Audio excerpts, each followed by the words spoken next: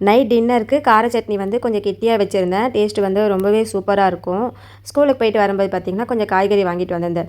இது எல்லாமே ஒன்று பார்த்திங்கன்னா ரூ. 20. 2 சொரக்காய் ரூ. 20, கேரட்டு, நூக்குல்ஸு, பீன்ஸு இது எல்லாமே பார்த்திங்கன்னா ரூ. 20. ஹஸ்பண்டு ஆஃபீஸ்லேருந்து வரும்போது வேர்க்கடலையும் அப்பளமும் வாங்கிட்டு வந்துட்டாங்க. வீட்டில் அப்பளம் காலி ஆயிடுச்சுன்னு சொன்னால் மட்டும் போதும், அப்பளம் வந்து நிறைய வாங்கிட்டு வந்து வச்சுருவாங்க. ஃபஸ்ட்டெல்லாம் அப்பளம் வந்து பார்த்திங்கன்னா கொஞ்சம் அடிக்கடி செஞ்சுருவேன்.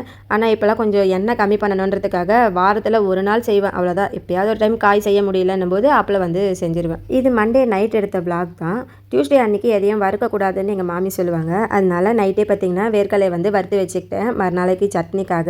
அவங்க கொஞ்சம் சீக்கிரமாக வந்துட்டதால் எனக்கு ஹெல்ப் பண்ணுறேன்னு சொல்லிட்டு வந்து தோசை ஊற்றி கொடுத்தாங்க எல்லாருக்கும். சண்டே நெய்பர் வீட்டில் கல்யாணன்றதால காலையில் கல்யாணத்துக்கும் நைட்டு ரிசப்ஷனுக்கும் போயிட்டு வந்திருந்தோம். அந்த தேங்காய் பை எல்லாமே அப்படியே இருந்துச்சு. தேங்காய் எல்லாம் எடுத்து வச்சிட்டேன்.